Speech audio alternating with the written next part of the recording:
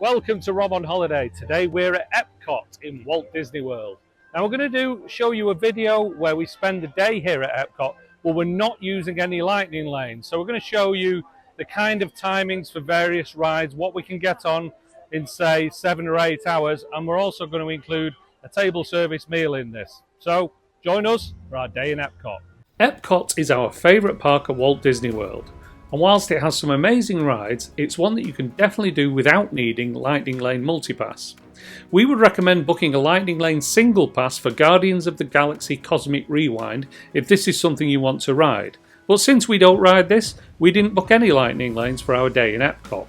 If you're not going to book Lightning Lanes, you should aim to get to the park just before opening, which is what we did.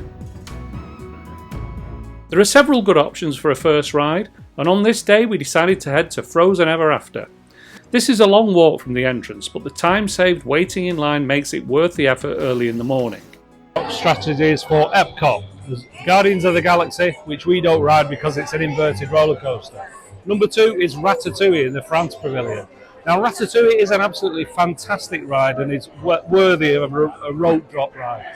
But we go to Disneyland Paris quite often, we have the ride there, so here we want to do something different. So the rope drop strategy we've chosen is Frozen.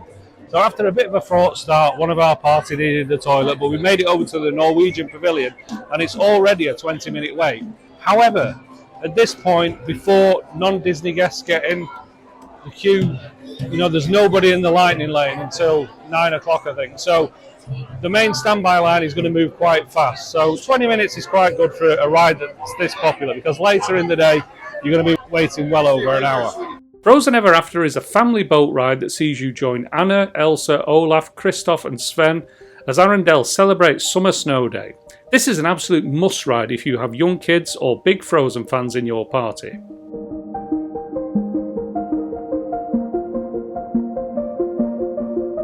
So that's the Frozen ride done in the Norway Pavilion. Now this is not something that we normally do, zigzag back and forward across the park, but if you want to do one of the rope drop rides, you've got to kind of commit to that. So with that done, we're heading back now to the land area and we're going to do Soarin.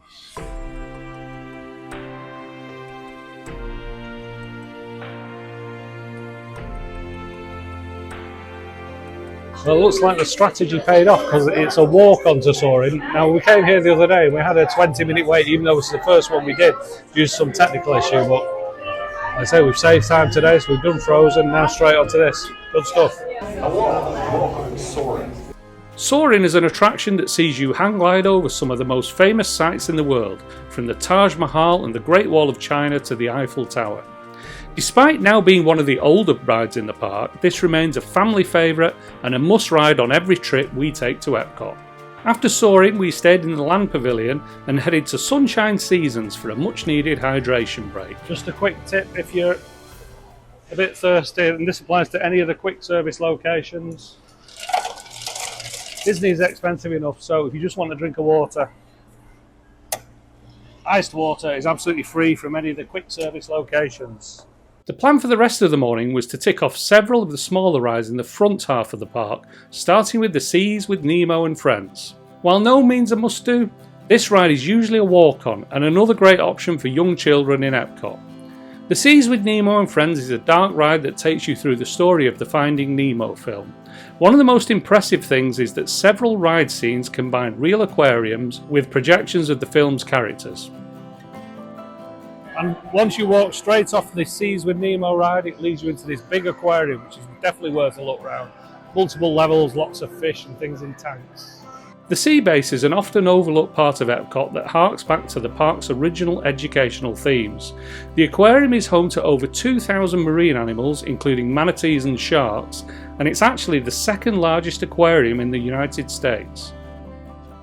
This is a great new attraction at Epcot, or at least it's new since the last time we came. The Journey of Water, inspired by the Moana film. And it's a great combination of rockery displays, water streams, and some of them are interactive, which we'll show you on the video. It's really worth seeing. Moana Journey of Water is a walkthrough attraction designed to teach you about the water cycle. It's the perfect mix of old and new Epcot, and a great addition for kids and adults alike.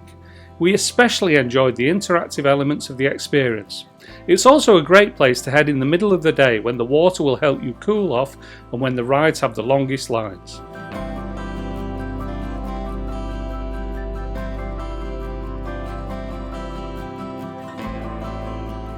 Now for this next section, we're splitting up into two teams. Team A are going to do Mission Space, that's me, and Team B are going to do Figment, the Imagination, right, a journey into imagination. This is a good team. If you've got a large party and people want to do different things, you know, make a time to spend time apart and then meet up later for a coffee, which is what we're doing. So, see you later.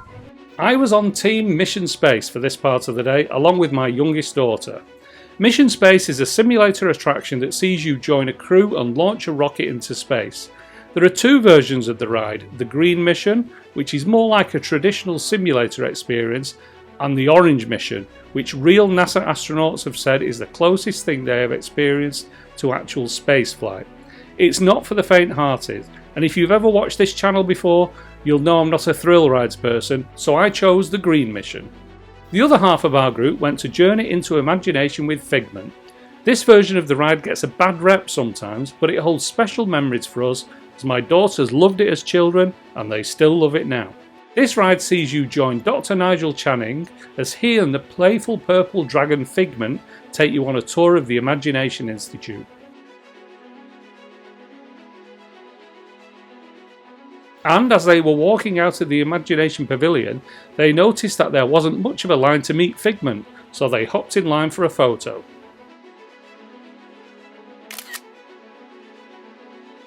It's just under 2 hours to lunch. We've got a booking in a restaurant back in the front half of EPCOT. But now we're going to spend spend that time before lunch in World Showcase. World Showcase Lagoon has got 11 national pavilions around the lagoon here. You can see, for example, the Tower of Morocco there, the Eiffel Tower in Paris. Italy's under redevelopment, and they've got some really good buildings in here. So we're just going to go around a few of them today, and we'll show you what we're doing. The World Showcase is a dream for people like us who love architecture. But in the Florida heat, it's definitely something to be split up over several visits. On this day, we visited the 3 pavilions on the left side of the lagoon, starting with Mexico. Mexico is one of the best pavilions. Not only is the Mesoamerican pyramid that houses most of the pavilion an amazing sight in itself, but as you step inside you are transported to a nighttime Mexican marketplace. The pavilion also houses a ride, Grand Fiesta Tour, starring the 3 Caballeros, a gentle boat ride that sees you join Donald, Jose and Panchito on a tour through Mexico.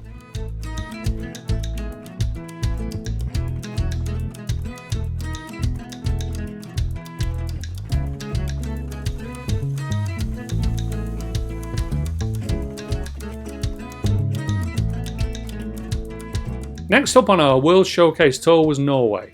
Although we had already ridden the Frozen ride in this pavilion, we spent some time exploring the rest of the pavilion, including the magnificent Stave Church. The third country around the lake is China. There is a circle vision show in this pavilion called Reflections of China, which we didn't have time to do before lunch on this occasion. But China is yet another fantastic pavilion as far as the architecture is concerned, with the Paifang Gate at the entrance and the Temple of Heaven. After exploring China, we took a leisurely walk back to the Land Pavilion for our lunch reservation at Garden Grill. Garden Grill is a character meal where you can meet Mickey, Pluto, Chip and Dale while you enjoy an all-you-can-eat meal including salad, roast meat, mashed potatoes, vegetables, mac and cheese and apple pie. What makes this experience extra special is that the restaurant offers views over the Living with the Land attraction, and the fruit and vegetables in the meal are grown in the Land greenhouses. Lunch here costs $62 per adult and $42 per child. We had the dining plan, so we used 1 table service credit each for this meal. So the next ride is Living with the Land, and I love this ride. It's a nice sedate boat ride that takes you through different areas of the American landscape, and they explain about new farming techniques and how they're growing certain crops. And some of those crops are used in the meals, like in the Garden Grill restaurant that we've just eaten in. A lot of those crops are used for the vegetables there, and in other restaurants throughout Walt Disney World. But this is a really good ride to do.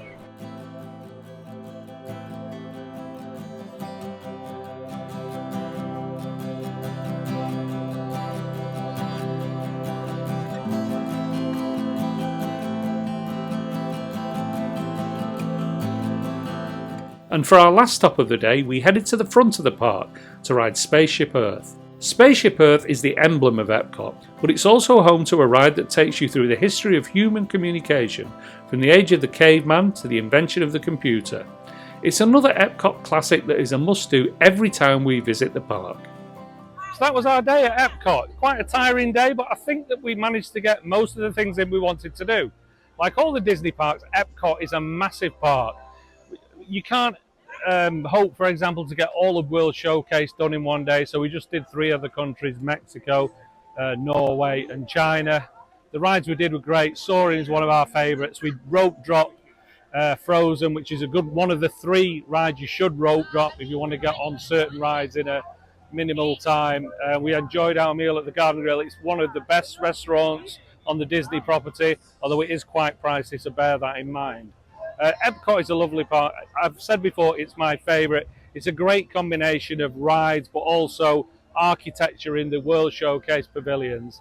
And of course, the magnificent Spaceship Earth, the emblem of the park, right behind us here at the entrance. Thanks for watching Rob on Holiday. We hope you enjoyed our day at EPCOT. If you've got any questions, please put them in the comments box below, and we'll be more than happy to answer them. If you did enjoy the video, think about subscribing to our channel because it really helps our channel.